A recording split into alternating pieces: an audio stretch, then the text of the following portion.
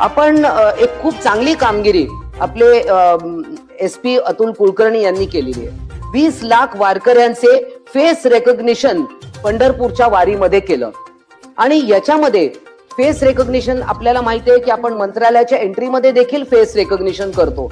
या face recognition मध्ये CCTV कॅमेरामध्ये माणूस दिसतोय, पण जेव्हा फेस रेकग्निशन करतो तेव्हा त्याचे इतर बायोमेट्रिक्स म्हणजे महत्वपूर्ण म्हणजे तो रेटिना याचं देखील स्कॅनिंग होतं.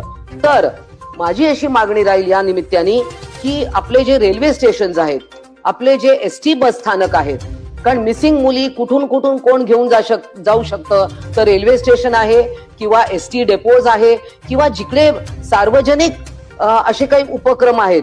मग खास करून मुंबईमध्ये CST टर्मिनस असेल, कुर्ला LTT असेल, बांद्रा असेल, बोरिवली असेल, या ठिकाणून ही वर्दळ जिकडे जास्ती असते तिकडे फेस रेकग्निशन सिस्टीम आपण इन्स्टॉल करायला पाहिजे.